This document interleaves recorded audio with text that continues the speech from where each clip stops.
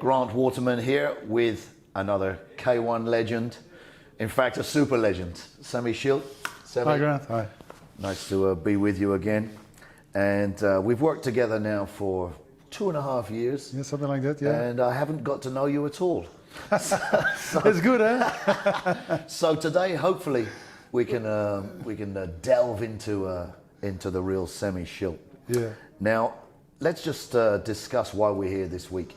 This is one of the Senshi training camps, and you've become, I would say, one of the more prominent figures in the camps.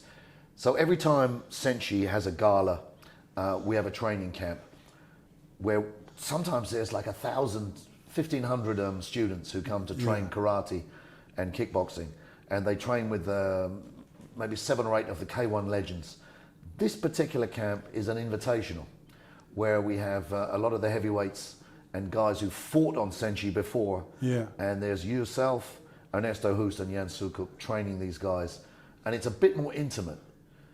But yeah. The one thing that stands out for me is how much you still enjoy the training.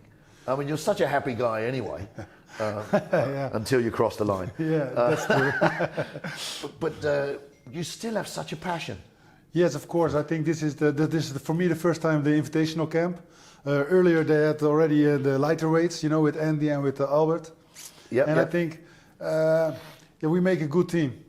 You know, also me with Ernesto and now with Jan Sukop for the first time, like the work together like this. Yeah. Of course, we have all different views, you know, but I think this is very good, you know, because without friction there's no glamour. Eh? So I think it is very important that we are different, and the fighters, they should decide from, okay, I want to go this way, I want to go the other way. I think this is very important for the fighters to learn to think for themselves, you know, because a lot of fighters just do what they've been told. Well, and we want to learn how to think about it for yourself. I think this is such a major point that you're highlighting here. And for the young guys who are watching at home, when you start training and you know nothing, you get guided by your instructor. And if that instructor is telling you this is how you do it, but this is how you must do it, you become predictable, and your imagination and creation, like Prince Nazim Hamid, how would he become such a flamboyant fighter? If he listened to all his trainers. If he just listened to his trainers. Yeah. So that's a great point you're making. Yeah. Take something from everyone and make it your own. Yeah, I think this is the power of this kind of camp. And now also it's very intensive, you know, 3 trainings a day, or 2 trainings a day, Saturday 3 trainings, you know. We're going to do something together, like to bond together. You know, we're going to have dinner together. I think this is really good to form the Senshi team. And also all the fighters, they can feel that they are Senshi. And this is what we want to show, of course. And of course, and this is part of the Senshi philosophy, that even though the guys are going to step in the ring and try and beat each other up, outside we're maintaining respect, honor, and sportsmanship. Yeah. And guys like yourselves, I think, fortunately have been selected to represent the sport in a way that you're role models for the up and coming guys. And one thing that really gets me is all of this nonsense that's crept into boxing, and I'm trying not to swear, at the weigh-ins and the build-up, the press conferences, and the American MMA events with the swearing, the pushing, the shoving. Yeah, I think, you know, the pushing and the swearing is not good, of course, but the pushing and to make a little bit spicy. I think this is good. This is what the people want to see, you know. But in my opinion, you have to find your way. You have to. It has to combine with the fighter. There are some fighters, they try to spice it up, and then you see them and they're already lost, you know, and they try to spice it up, and then you see the highlight reels of pushing the other and then go down in the 10 seconds, you know, and then everybody think, I thought so, with his big mouth. But I think you know, we are very humble, as the Budo is humble. From the basic. Of course, there are a lot of guys have very big egos, but basically you learn to be humble, to be grateful for what you learn, and sometimes you have to step up for yourself. And this is in the way in, you step up for yourself, and then you have to show it. So it's better to step up a little bit and show a lot than make a big step up and then and show a little. and show a little. Yeah. So yeah. Well, that will bring us on to your yourself mentally. And I remember you saying about when you fought. Just one example, when you fought Peter Arts, you said that was a really difficult fight because he probably had it as a game plan, but you feel that you can't step your game up to become a killer unless you feel like the other guy is trying to kill you. Yeah, that's true. Yeah. So, and when you fought Peter Arts, it was like sparring. Yeah. So you couldn't change up a gear. Yeah. So, yeah, mate, I mean, the problem with that, of course, is anger can destroy you if you can't control it in a fight. Yeah, but for me, anger is I can control my anger most of the times. At least I did in fighting, you know. Yeah. But yes, I need to be angry. Yeah. And this was when I was a younger fighter. It was already. And my father went a lot of times. He went with me in this karate tournaments, and then he will see it. He see it in me. So we start, and then I get hurt. Then he said, "You change." Then I change, and then I. And you understood this? He told me, he said, "You changed," and I don't know what I changed. But then I think, okay, then I believe it. Okay, I changed. So if someone hurt me, I'm going to change. I'm going to... So I don't know it's true or not, but it's for me it's true, you know? So I can put the button very fast on, off. Yeah. Yeah, so it's not personal. It's like, I'm doing what I love. And if you hurt me, yeah, okay. You get what you give. It's on. It's on, yeah. Yeah, but there's a lot of guys who... so looking at the fight game, there's a lot of guys who come from, how you would say, bad backgrounds. You know, fighting is generally a working class sport. People who are not wealthy, and we're training it back in the day, spit and sawdust gyms. Yeah.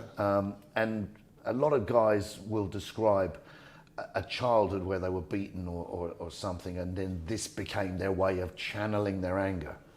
Yeah, but that was nothing. That's not for me. It was not the case. You know, I have a good youth. You know, I did not have really ups and downs. It was so stable, and I just want to fight because I love the game, and that's why I want to fight. And I did not have the feeling that I have to get out of somewhere to fight me out of somewhere. No, it's just in me. You know, so I disagree that you have to have like a bad background to become a fighter. That's absolutely not true. I know a fighter who is like a professor. They are fighters.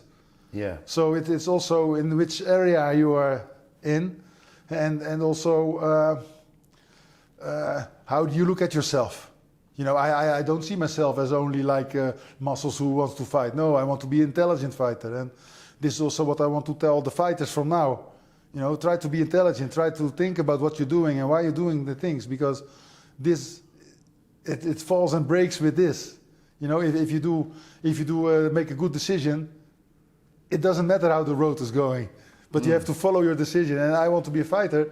Okay, then you're going to be a fighter, but then you make sure you have you do everything for it. And this is not always the case.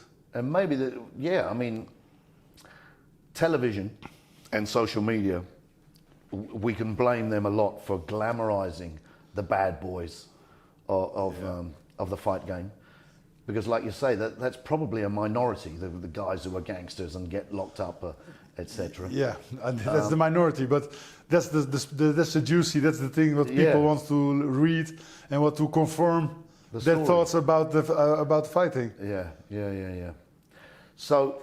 Okay, so you were fighting for years. You started fighting in the late 80s. Yeah. And your background was in karate. Yes. Originally. And am I right? You didn't transition to kickboxing. I think, was it your second fight in Pride Shockwave against Ernesto? Yes. Yeah. No. I did MMA. You know, I was doing the karate. I started when I was young. When I was like 8 years. I started with karate. I did some competition in that time, but it is of course no contact, and I was not very good at this. So I made the contact and then I got disqualified. And this was already, you know, it was so funny because my father was also there. And then we were standing there and the referee, they have to say that Hajime, I say fight. And just when he did this, I was on the guy already, you know. So this was really good experience for me. And then I never won in this. Yeah, one time I won. Then was my mother was sick and my father could not come. So I was alone there. And then my trainer from then, at that time, he said, if I'm not around, you listen to the coach of the opponent. And I think this was really the best advice I ever had. Wow. Yeah. So, because he was drinking coffee, you know, and we were waiting on the bench sitting. Semmy Schilt, so, oh, I have to go. Where's my trainer? Oh, he's not here. Okay, I listened to the guy of the coach, you know. Right. And then the coach said, low kick. I said, okay, block. So this was really good experience for me. Oh, it's giving you information ahead of time. Yeah. And at that time they speak Dutch, so I could understand them. And then I win. I was second. Right. So I come home. I got a little medal. You know, I showed my father, I showed my mother, and this was the first time I win. And after that, I did not fight for, I think, 8 or 9 years. And then started with the full contact Ashihara karate. This was like a new style. It's coming to Holland, and my trainer, my karate trainer, he did this Ashihara karate. Which is like Kyokushin. Which is like, the basic is from the Kyokushin, but it's with more grabbing. We can hold, we make the knees. It was like a street fighting karate. They make the separation in this. The real karate guys did not like it because it was too much, it was fighting. You know, so it was a close distance. We had scenarios, you know, you're in a close distance, now you have to grab, you have to knee, you have to push them away and making a kick. And in the Kyokushin, we could not grab. And at that time, this was when, it's just like the evolution and birth of MMA in different directions. It was not, yes. Actually it was a little bit later, the Ashihara karate became like the IBK. And then it was like the all-round fighting. So first it was the grabbing and the kneeing, the holding, the pushing. And after that was the grabbing, the kneeing, then make the throw. And then it's finished. But after that, after the throw came, okay, we make a throw, we make an arm lock, we go to the groundwork. Right, so okay. It was an evolution. It was evolutionary. Because you had shoot fighting, which was the no striking on the ground. Yeah. Which was in Japan. Obviously, we had Vale Tudo in Brazil. In Brazil. Yeah. There was Shuto in Holland, I believe. Shuto, yeah. Also, yeah. So it was all coming together, and then of course the UFC in 19. Yeah, no, but for me, I started in the pancras in that time. It was pancras. You had the rings, you had pancras. Yeah. And then the rings, these were the fights. They were like not 100% real fights. Of course, if you ask a rings fighter, they say, when I won, it was a real fight. And when I lost, it was like I had to lose, you know. But in pancras was real fighting. This was for 100% was always real. And it was also with the shotai. Yeah. So no punching, only shotai, and we had like these leg protectors we had on. I remember, yeah. Yeah, and also shoes. So from there, I thought I was in the pancras. Then Bas Rutten was before me. I was there with my manager at that time was Don Clovis, and Bas Rutten, he was the fighter from Don Clovis. So many times we went together to Japan, also without my trainer because the manager. He had only one ticket, and then the manager go, and not the coach. Right. Okay. So maybe the first year or 2 years, my coach gave me a paper with, okay, if you do this, you do that. If you do that, you do that. And that was my mantra, you know. I say, okay, I got the paper. What do I have to do? I have to do this, this, this. Okay. Now I go on my bed. I'm gonna visualize what I'm gonna do, and that was there on the paper. And then in the fight. Yeah, sometimes it happens, sometimes it not. Yeah, you know, you cannot do. And you have to fight anyway. The audiences back then for pancras were huge. The audience was great. There were like not only men, there were women, there were children, there was the grandparents were there. Yeah. It was like a real family happening. Yeah. So, and that was really. I think the atmosphere was really good. Yeah. But how many times they say, you know, when we have to negotiate for the contract, we are family, so don't ask too much. Oh. I say, yeah, but I want to make a family. I'm still getting at that now. I tell people there's friendship, good food, and a nice hotel. Never paid my bills, man. No, but it's a good life. It was good for me. And at that time also I worked with my father. My father had like a truck company, so I got my licenses, everything I had. So when I was back in Holland, I was also working with my father. So it was really a good time. And then yeah, that must be it was great. So he was cornering you. My father, no. In your early days. When I was young, he was always there. When I was like a young boy, but later he was my sponsor. So I had to work. I said, Dad, I need money. I said, yeah, okay, you have to work. There's my truck. You go drive and you make some money. So you were really close with your Yes. Yeah, this So, is. there was also a good. There was a moment that he was too busy. He could not come to Japan because it was. And then I also had some help from a mental coach, you know. And then he said, "What changed when you were young and now?" I said, "Yeah, my father is not there." Then he said, "Okay, I think you have to bring your father again." So then I brought my father. Then I start winning again. I think I make a deal with the devil, you know. but it's true, you know. It's good to have the family close to you. And also my father is he went with when I was fighting in the K1. It was much later. There was an interview from the Dutch TV. They were with us from our region. They come with us because I won in 2005 and 2006. They had the budget to come to Japan with us. Yeah. So they come with us. And then also they make an interview with my father without me knowing. And then he said, he's going to win. And later I see this back. But this is, for me, very important because I think everybody needs someone to believe in you, like really believe in you. You know, without, of course, this was my father. I was lucky I have my father like this. But also, any fighter needs someone to believe in you. Not just the fighter. Everybody in life, you need someone who's behind you. You know, they say every businessman or good man is a good wife, but I believe, I believe this. I think this is true. And don't have to be a wife. It can also be a good friend of yours, but someone who really tells you the truth, but also stand by you no matter what you do. And this was like this moment in 2006. When I saw that back, I think, this is what I need. I think that's such a prominent point, especially at this time, for society. The importance of having a father present in a family for the children, especially the phone's ringing. That's it might be. It's not your father, is it? No. You don't know. So come on, I put it out. So don't worry. No. So I think it's such an important thing because you know that the crime rate of guys where the father isn't present is huge, and so you're just. I don't know. I don't know about that, but I do know for me. You know, for when I was fighting, my mother also. She always supported me, by the way, but she never come to a fight.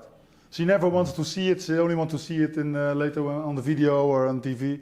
Then she saw it back. My mum wouldn't. She didn't want to see it, and it was also nice. Also, my grandfather was also very proud of me. And then when he was later off, he told all the people, "This is my grandson. He's doing this and this."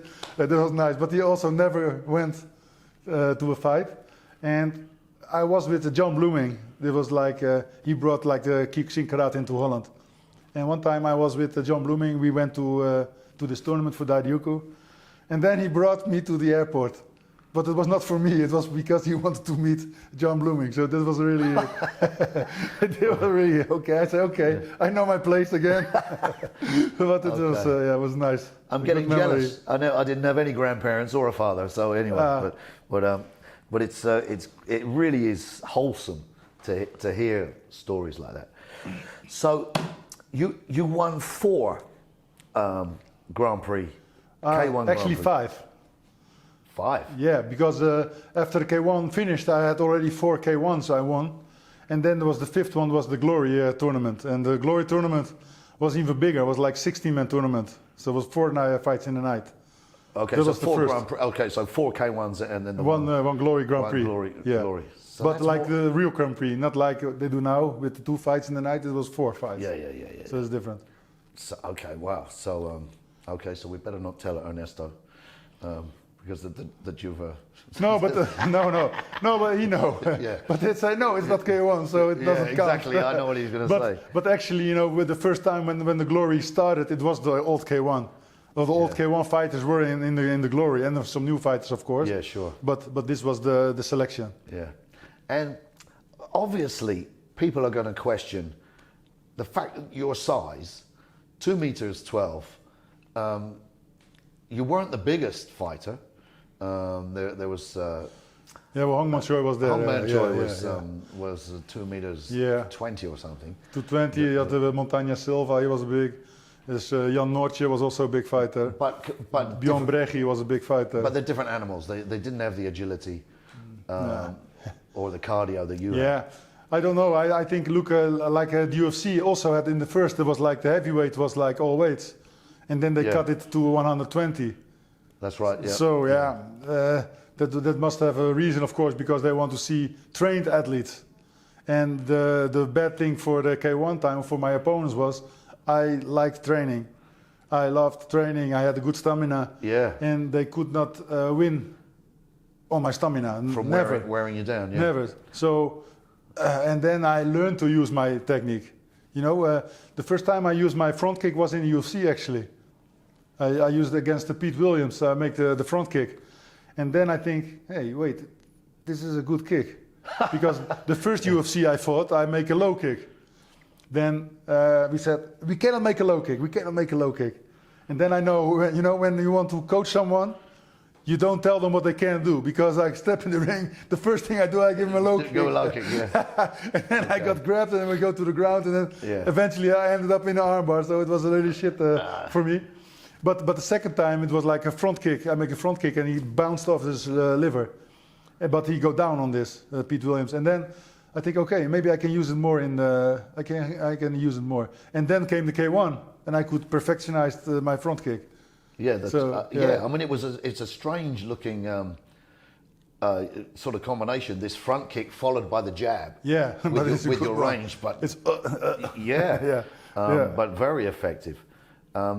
But so take away the size advantage, and so here's the thing. So size can be an advantage, and in some cases a disadvantage. Yeah.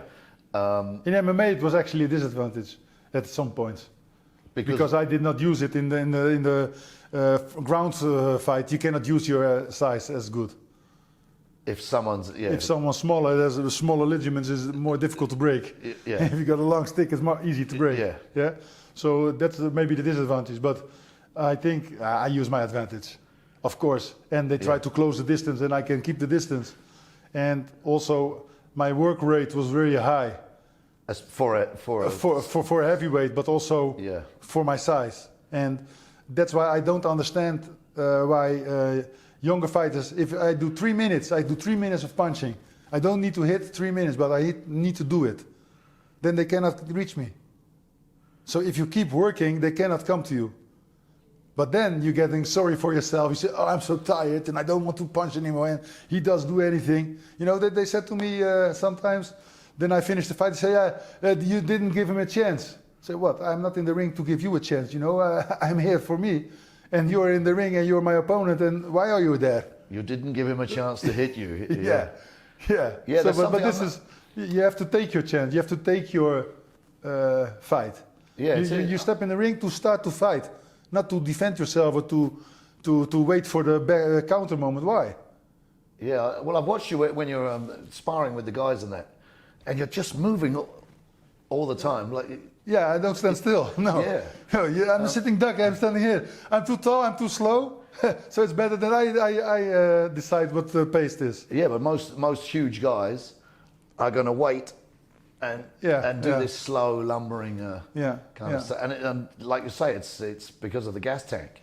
Yeah, but my gas tank was always good. Yeah. So let's go forward to your retirement, which is documented as a heart problem. You had 2 surgeries? 3. 3 surgeries? Yeah, 3 surgeries, yes. But you were saying earlier that this wasn't... Of course, the main reason. I was 39. I was in the end of my career. Glory took over. It was the first tournament of Glory. They promised a lot of big hails and everything. And as a fighter, you could do everything, you know, with the social media, everything. They also helped a little bit in this. But then I won the Glory tournament. You can imagine, you know, I said it a few times, you know, and they give me like, what is this, in this Hall of Fame. Yeah, I'm now in the Hall of Fame of Glory. They put me in like 10 years after, but they put me in, yeah. And I'm grateful for that, by the way, but this is lost from that. They did not pick me up in the airport, eh? So you have to imagine, I'm in the hotel waiting for the bus to pick me up to the venue. Then there is no bus. Then we look at the clock, I say, hey, I don't know where it is, but they have to pick us up and they should be here. We try to call, nobody is there. Then we say, okay, what we do? Oh yeah, we take a taxi, call it cab, we're gonna take a cab. Yo, you know where to go? I don't know, we have to look in the internet where is the hall, you know. So we look in the internet, okay, we have to go there. Then we go with a taxi. This taxi driver, he drive like shit, he turn around. Then eventually we come there, and then we come in the venue, everybody was nervous. Where are you, where are you? We say, where are you? You didn't pick me up. I was there. And then I had a fight 30 minutes later. Then I fight Brice Guidon. Then I win the first fight. Then okay, now I'm in the tournament. Now they don't fuck me anymore. I'm gonna take this now. So it was a good motivation for me, but they did not pick me up in the hotel. And until this day, nobody knows what happened. Yeah. Also, the organization of Glory, they don't know what happened. How is this possible? But I know I was there. I was waiting for nothing. You don't think this was a tactic from... I don't know. If it was a tactic, then nobody knows. Yeah. So this was really strange. And then there was the after party. After the tournament, there was after party. I was not invited. I did not know that it was there. And then later they say, why he was not there? I said, I did not know. What is this? So this was really bad. You know, it's funny how these small things can... This is a small thing. But it's disrespectful. Very disrespectful. Yeah. Very disrespectful. And then I felt like, okay, what I'm doing here. Then I come home. Then other fighters, they get like praised in the heaven, you know, and I was a champion and they let me like... And already a legend. At that time, maybe yes. Yeah. I already won the K1 4 times. Exactly. You know, that's the only fighter in this tournament. Because Remo Bianchi was there also, and Peter Ars was there, but they were 3 times champion. I was 4 times, so that was one more. And then I came back after training, and then I felt like I stood up and my ear popped. Pop. I think, hey, well, this is strange. I never had this. That's the altitude. No. I was too fast up.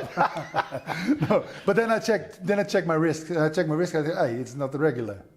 But still, I was not thinking bad things. Yeah. I think, okay, my heart's irregular. Who cares? I have to go on. So I went on and trained on. And then in the night, I was going to home. And then when I go from the gym, we had a gym, and then next to the gym was like a doctor, office for a doctor. Then I don't know why, but I walked there and I looked what time we open tomorrow, because maybe I have to check it out, because it's still not good. Nah. Then I checked it, I went home, there I called my friend of mine, and then we were talking, and they say, my heart is irregular, but they feel not good. Then they say, you have to go to the hospital, man. You cannot, this is a very serious shit, you have to go to the hospital. Then I call the hospital, then I go to the hospital, and then, okay, then they know what I have. So then that's how they find out. Then I get a shock, so it was good again. But then they later, restarted you. Yeah, it's like they put like okay, you're back again. Cardioversie is name in Dutch. I don't know his name in the. So it's like a reset. You know, they don't kill you first. So they just you're just out. You know, you get some narcose, and then they put it, and then you're on again. Man. So that was it was heavy. And then it was really strange, because then you feel disabled. You know, I was a fighter. I was like a 4-time champion. I was really in the power of my life, and then suddenly you can do nothing. You really feel like shit. And they took some time, you know, but you really feel like shit. And I have everything. I have my hands, my legs, and then you see people without a leg, and they do everything, and they're real inspiration, you know. There are always people who have it worse than you, and you can always look at them and say, okay, stop whining, man. Yeah, well, but at that moment, everything is reflected on myself. But, So yeah. I mean, mentally. you know it, but it's easy to say. Yeah, look what he have. This is like we have a comedian like Urbanus, you know, and then he told a story. He had only a 1 on his exam, and then he see like a guy on the street with no legs, all dirty, and then he said, Urbanus, you don't need to cry. I always had a 1 on my on my examination. Then he started crying even more. You know, Yeah. shit. Yeah. You know, but that was a terrible time for me. You know, and then I got the operation. Didn't work. Another operation, but then I decided I need to stop fighting because my manager he said, Sam, there's no problem, man. If you get operated, you can fight again. And there are some fighters who also have this. You know, there are fights, they have the operation, but then I think, no, man, this is a sign from. I'm not believing in God or everything, but I think this is a sign, man. Yeah. I'm not happy in the organization. I'm not happy with this. Now this happening to me, I need to change my way. And then I started my own gym. And you can always look back and say, if I'd carried on fighting, this could have happened. But if you carried on fighting, maybe it could have been the biggest negative thing you ever did. Yeah, and of course, now I stopped at my peak. And to be honest, I don't think this was my peak. I think it was more. I think there was even more, because if you see my last fights, I start to use the right hand more with the uppercuts, and with the boxing become better. I think even now maybe I'm not better than then because I don't have the conditioning, but my mind is 20 times better than at that time when I was fighting, 1000%. So yeah, then I make the decision, I stop fighting, and that time I started my gym. Which is Fight Game Academy, what I still have today. And is a big success. It's a success, yeah. It's not a really big gym because I didn't want to have a really big gym. I just want to have like a place where everybody can train. And this is really not only fighters, also people who just want to relax. It's for everybody. Yeah. But fast forward from there. So you retired from fighting, you open your gym, and then we fast forward to you joining Senshi and becoming the European president of the KWU. Yeah. Which is a Kyokushin World Union, which in karate terms is a very prestigious title. Yeah, actually it is. But of course, Senshi came in my on my path. You know, I'm very grateful for that, and also because they use karate fighters to become kickboxers, and this is exactly the road I took. Yeah.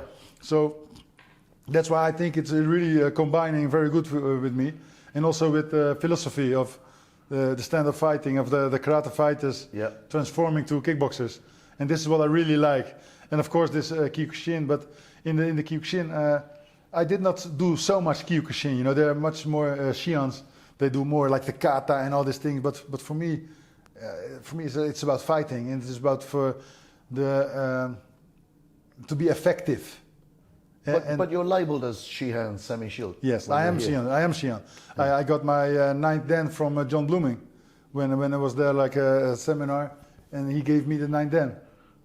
And that was not paid for, you know. But it wasn't an Elvis Presley. No, it was not an Elvis Presley done. It was one I got, and I'm proud of that. And that's why also my belt is red. Yeah.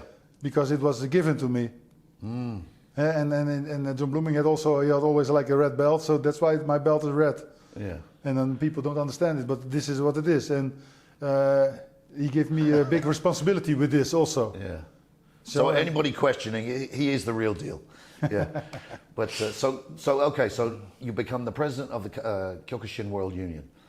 You take on the responsibility of overseeing rules, regulations, and how things are running with the Kyokushin. But the one thing that interests me, as a former referee, you know, I refereed thousands of fights, and I'm watching you referee, and your focus, I mean, I'm sure you're enjoying it as well, the refereeing, but you're really into it. Yes, because I know as a referee, I fight many fights, And I fight also with the referees were shit, you know. And I don't want to. I don't train for that. You know, a referee can break a fight. Sure. If a referee stops interfering all the time, you break up the fight. If you give a minus point to someone, it can break him mentally, and then you lose the fight. Yeah. You know. So for me, I want to be like an honest referee with an honest chance, and I want to be invisible. I don't need to show myself. But that's always difficult because of my size. But I try to be invisible, and I be there to protect the fighter to fight another day. And sometimes I look back, I think maybe you could gone a little bit further. But why? For the knockout, for the knockout rule for the other fighter, I think no. Yeah. It does not necessarily. If I take him out by a technical knockout, it's better for him than be a real knockout. And of course, sometimes I have discussion. I remember also, I think there was a Romanian fighter. He did not like that I stopped. But I say, okay, I stop. And then we want to come. I said, you stop. Finished. Yeah. You fight next week. You fight next week. In 3 weeks, you fight again. And then his trainer, he said, thank you. You know, I mean, if they're getting paid $10 million,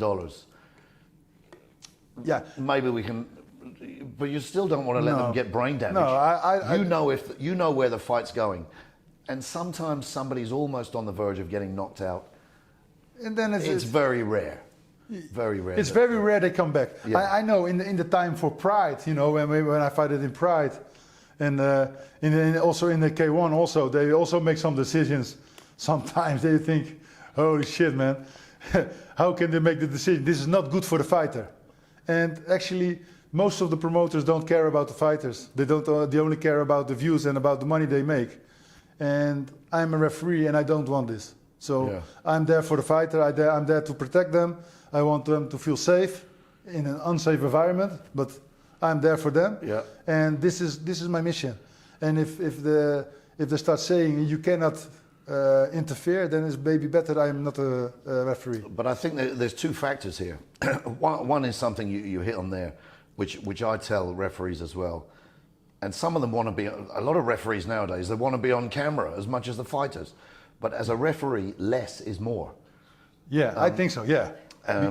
But the other thing is, fighters have said to me in the past that because I'm refereeing and they trust me to make the correct call, stop it when it needs to be stopped, let it go on when it needs to go on, it gives them more confidence to flow as a fighter. Yeah, of course. So as a great referee, you're improving the quality of the fight. Yeah.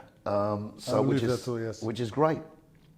So Senshi, as an organization, everybody I speak to, I like constructive criticism for anything I'm doing, anything I'm involved with. But how do you see Senshi? And the funny thing is, we don't know the plan, do we?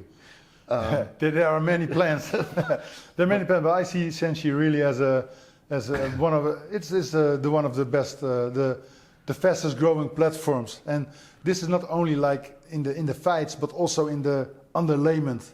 You know, we make the camps. There are children. They want to become a fighter. Yes. There's not another organization in the world who takes the fighters from small age and try to bring them up and give them an own stage in the Senshi ring. And then, of course, at this time, people from the Senshi ring, they go back to the Glory. They go back to One FC. Yeah. They go back to fight for other organizations. But this is not what we have to worry about. We have to worry about the smaller fighters who are coming or yet to come.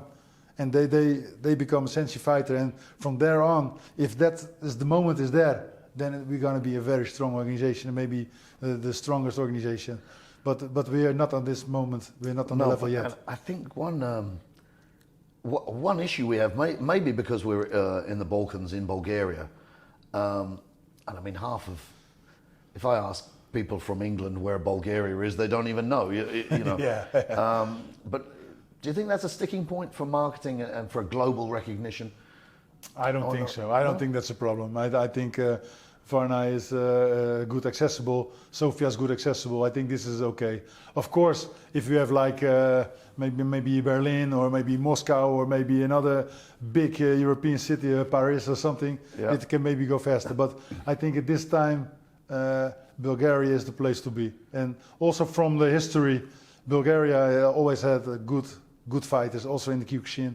So I think this is we are in the good place here. Yeah, I think for fighters, like you say, this warrior mentality from the Balkans, Serbia, Croatia, Romania, the surrounding areas, they've got some monsters here. Yeah, I believe so too. Yes, and now what we do, we learn them to think, so they will become even more dangerous. Yeah, that's a great point actually. Yeah, bringing your the legends' skill and training here, because possibly the guys in these areas are a bit stiff and robotic. And the mentality, they have the good mentality. Yeah. So yeah, for sure. So I think you're right. Senshi is going in the right direction, but we've just got to be a little bit patient. We want it to happen tomorrow. Yeah, but it doesn't work like that. I don't think so. Yeah, no. This is not built in one day. No. So there you have it, guys. Semmy Schilt, absolute legend, 5 times Grand Prix champion. Yeah. Semmy, it's a pleasure, and really is. Okay, thanks, Grant. Yeah. Thank you. We'll see you next time, guys. Oos.